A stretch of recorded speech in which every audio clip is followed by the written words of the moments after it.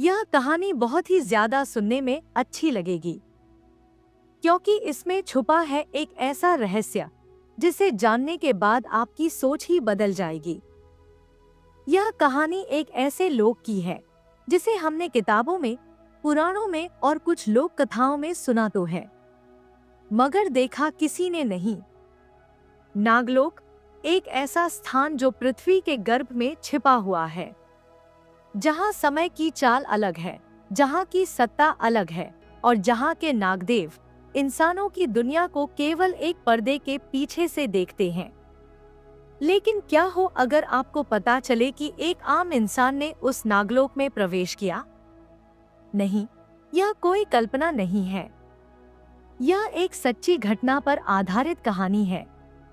कहानी शुरू होती है उत्तराखंड के एक छोटे से गांव भैरवकुंड से, जहां एक युवा रितेश अपने मामाजी के पास गर्मी की छुट्टियां बिताने आया था।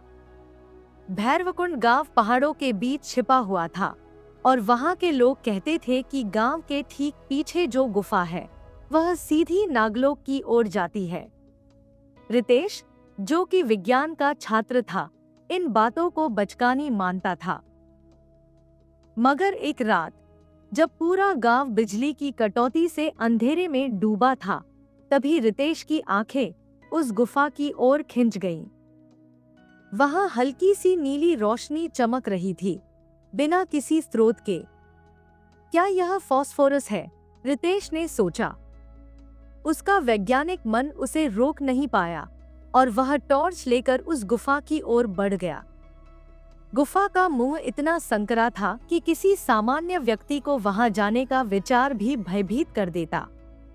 मगर रितेश ने जैसे अपने अंदर की आवाज सुन ली हो, वो अंदर गया। जैसे जैसे वह आगे बढ़ता गया, टॉर्च की रोशनी कम होती गई और फिर एक झटका, जमीन उसके पैरों के नीचे से खिसक गई और वह एक सुरंग में गिरता चला गया। जब होश आया तो सामने का दृश्य ऐसा था जैसे उसने किसी स्वप्नलोक में आंखें खोली हों। वह एक हरे नीले प्रकाश से भरे हुए खुले मैदान में था। आकाश चमकीला नहीं, बल्कि सुनहरा था। हवा में सुगंधित धुआं तैर रहा था और सामने कुछ दूर पर नाग के आकार के लोग खड़े थे। उनके शरीर पर तराजू जैसे चमकदार चिन्ह थे। उनकी आंखें गहरी और नीली थी। रितेश डर गया, मगर तभी उनमें से एक ने हाथ उठाकर उसे शांत किया और बोला, डरो मत मानव, तुम्हें यहाँ बुलाया गया है। बुलाया गया है? रितेश कांपती आवाज में बोला। हाँ, क्योंकि अब वक्त आ गया है कि एक बार फिर नागलोक और पृथ्वीलोक के बीच का द्वार खुले और तुम ही वह माध्यम हो। रितेश की सांसें रुक गईं। ये क्या हो रहा था? क्या वह कोई सपना देख रहा है या फिर ये वाकई एक दूसरी दुनिया थी? उस नागपुरुष ने आगे कहा, हम नाग पृथ्वी पर बहुत पहले शासन करते थे। फिर हमने खुद को अलग कर लिया क्योंकि मानव में लोभ बढ़ गया था। मगर अब एक ऐसा संकट आ रहा है जो केवल हमारे और तुम्हारे संयुक्त प्रयास से ही टल सकता है। रितेश ने कहा, मैं तो एक छात्र हूं। मैं क्या कर सकता हूं? नाग ने कहा, तुम्हारी शुद्ध बुद्धि और निष्कलंक आत्मा ही इस द्वार को खोल सकती है। लेकिन ध्यान रहे, जो एक बार नागलोक में आ गया वह वैसा कभी नहीं रह सकता जैसा वह पहले था। तभी रितेश को अपने पीछे हल्की सरसराहट सुनाई दी। उसने पलट कर देखा और वहां खड़ी थी एक नाग कन्या। उसकी आंखें चंद्रमा जैसी शांत थी और उसके सिर पर एक मुकुट जैसा दीप्तिमान नाग था। उसने रितेश की ओर देखा और मुस्कुराई। मैं नागकन्या विशालिका हूं और मैं तुम्हारी सहयात्री बनूंगी। और यहीं से शुरू होती है एक ऐसी यात्रा जो सिर्फ एक रहस्य नहीं, बल्कि एक चेतावनी भी है। रितेश की आंखें अब आदत डाल चुकी थी उस अजीब मगर मोहक वातावरण की। विशालिका की उपस्थिति में उसे न जाने क्यों डर नहीं लग रहा था, बल्कि एक विचित्र सी शांति महसूस हो रही थी। वह नागकन्या उसके साथ धीरे धीरे उस स्वर्णिम आकाश के नीचे बने एक पत्थर के मंदिर की ओर बढ़ने लगी। यह है नाग संस्मरण मंदिर, विशालिका ने कहा, जहां तुम्हें नागलोक का पहला रहस्य जानने को मिलेगा, वह रहस्य जो अब तक पृथ्वी पर किसी मनुष्य को नहीं बताया गया। रितेश ने जैसे ही मंदिर की सीढ़ियां चढ़ी, एक कंपन सा उसके शरीर में दौड़ गया। अंदर पहुंचते ही चारों तरफ दीवारों पर चित्र खुदे हुए थे, बहुत प्राचीन मगर जीवित से प्रतीत होते हुए। ये सब चल क्यों रहे हैं? रितेश हैरान था। ये नागकाल चित्र हैं, विशालिका बोली। ये केवल उस व्यक्ति को जीवंत दिखते हैं जो इस लोक में प्रवेश का अधिकारी हो। तुम वह अधिकारी हो, रितेश। चित्रों में उसने देखा, एक विशाल नागराज मनुष्यों को ज्ञान देता है, फिर एक युद्ध, फिर आग, फिर एक संधि, और फिर एक दरवाजा बंद हो जाता है। ये क्या है? रितेश ने पूछा। विशालिका की आवाज भारी हो गई। ये वही पल था जब नागलोक ने पृथ्वीलोक से संबंध तोड़ लिया था, मगर अब वही दरवाजा फिर खुलने जा रहा है। लेकिन इस बार वह शक्ति लेकर आएगा जिसे संभाल पाना पृथ्वी के वश में नहीं होगा। तो फिर मुझे यहाँ क्यों लाया गया है? रितेश ने पूछा। क्योंकि तुम वह माध्यम हो सकते हो जो दोनों लोकों को संतुलन में रखे। मगर तुम्हें पहले 3 परीक्षाएं देनी होंगी, विशालिका बोली। किस तरह की परीक्षाएं? उसके सवाल का जवाब नहीं मिला। तभी एक रहस्यमय ध्वनि हुई और मंदिर की भूमि फट गई। एक तीव्र प्रकाश उठा और रितेश एक नई जगह पर पहुंच गया। अब वह एक विशाल मैदान में था जहां केवल सर्पाकार मूर्तियां थीं, मगर उनमें से एक मूर्ति हिल रही थी। पहली परीक्षा, भय की, एक गूंजती आवाज आई। वो हिलती हुई मूर्ति एक विशाल नाग बन गई। उसके फन पर अग्नि जल रही थी और उसकी आंखें जैसे सीधी रितेश की आत्मा में झांक रही थी।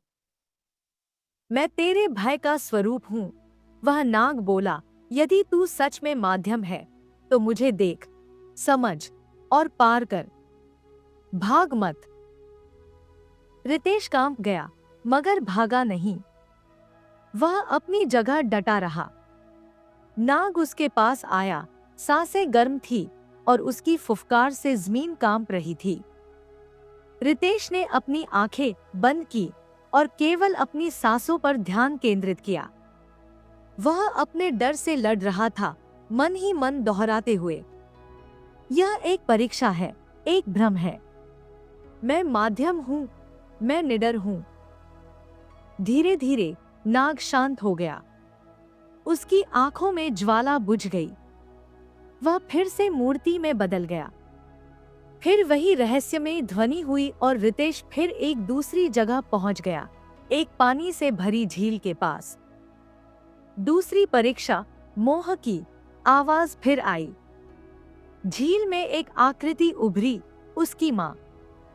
वो रो रही थी, पुकार रही थी, रितेश, घर लौट आओ बेटा, यहां मत रहो, ये सब छल है। रितेश का दिल टूट गया। उसने दौड़कर झील की ओर बढ़ना चाहा, मगर तभी उसकी याद में आया, परीक्षा है, मोह की। उसने आंखें मूंद ली और कहा, माँ, मैं लौटूंगा, पर अभी नहीं। मुझे अपना धर्म निभाना है। झील की आकृति टूट गई और रितेश फिर से उस मंदिर के आंगन में आ गया।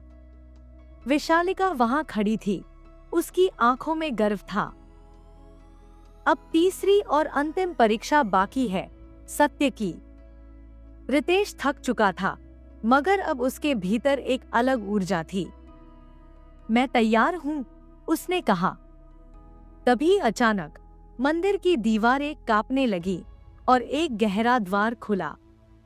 उस द्वार के पीछे अंधकार था, मगर उसी अंधकार में छुपा था वह रहस्य जो आज तक किसी मानव ने नहीं जाना था। रितेश ने पहला कदम उस अंधकार की ओर बढ़ाया। जैसे ही उसने उस द्वार में प्रवेश किया, उसके चारों ओर गहराई और खालीपन भर गया। वहां न कोई जमीन थी, न आकाश, बस असीम काला सन्नाटा। रितेश को लगा जैसे वह समय और स्थान से परे किसी शून्य में आ गया हो। फिर एक धीमी सी आवाज उभरी, स्वागत है रितेश, सत्य की परीक्षा में। यह आवाज न ज्यादा भारी थी, न ज्यादा हल्की, मगर उसकी गूंज रितेश के मन में उतरती जा रही थी। तभी उस अंधेरे में एक प्रकाश की रेखा फूटी और वहां प्रकट हुआ एक दर्पण। लेकिन यह साधारण दर्पण नहीं था। उस दर्पण में वह स्वयं को नहीं, बल्कि अपना भीतर देख रहा था। उसके सारे विचार, डर, लालच, वासनाएं, झूठ और वह सब कुछ जो वह खुद से भी छुपाता था। दर्पण ने कहा, अब तुझे अपने भीतर उतरना है। यदि तू अपने आप से झूठ बोलेगा तो यही हमेशा के लिए खो जाएगा। रितेश कांप उठा। उसे वह क्षण याद आने लगे जब उसने स्कूल में झूठ बोला, जब उसने अपने दोस्तों को धोखा दिया, जब उसने अपनी छोटी बहन को गिराकर खुद बचा लिया। हर एक स्मृति जैसे तीखी सुई बनकर उसके भीतर चुभ रही थी। मैं एक अच्छा इंसान नहीं हूं, रितेश फूट पड़ा। मैंने गलतियां की हैं। मैंने डर के मारे सच्चाई से मुंह मोड़ा है। और तभी दर्पण में एक बदलाव हुआ। वहां अब एक उजाला फैल गया। सत्य वही है जो स्वीकार कर लिया जाए। तुझमें साहस है, इसलिए तो अंतिम द्वार का अधिकारी बन चुका है। अंधकार छंटने लगा और रितेश फिर उसी नाग संस्मरण मंदिर में लौट आया। वहां पर अब न केवल विशालिका थी, बल्कि वह नागपुरुष भी खड़ा था जिसने पहले उसका स्वागत किया था।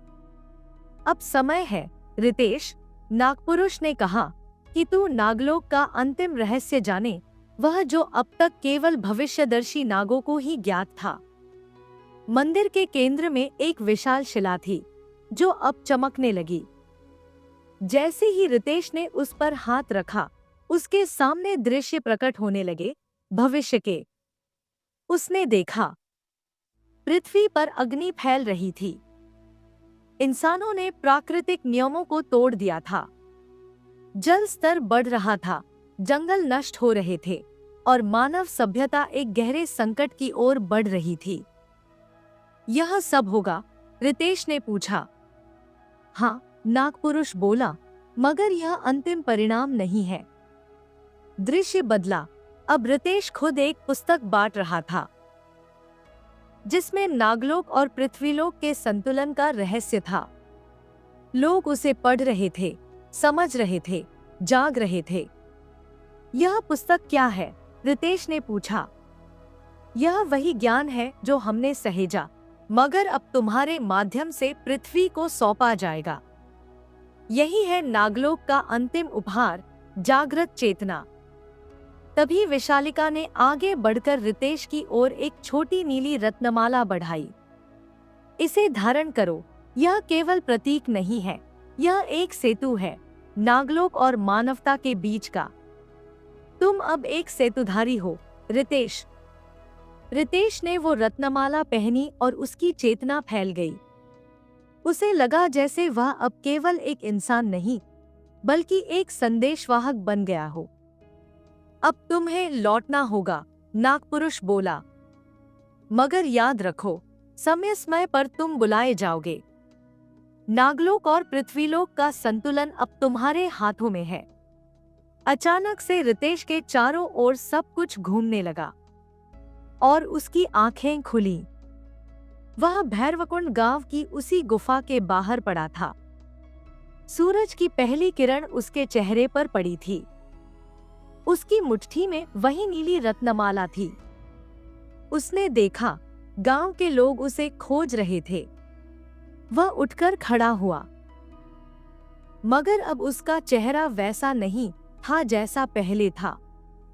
उसमें एक शांति थी, एक गहराई और एक उद्देश्य। कहानी समाप्त नहीं हुई थी। यह तो केवल एक आरंभ था और यही समाप्त होती है यह रहस्य से भरी अद्भुत यात्रा नागलोक की। अगर आपको यह कहानी दिल से अच्छी लगी हो तो चैनल को अभी सब्सक्राइब करें, वीडियो को लाइक करें और अपने दोस्तों के साथ शेयर जरूर करें।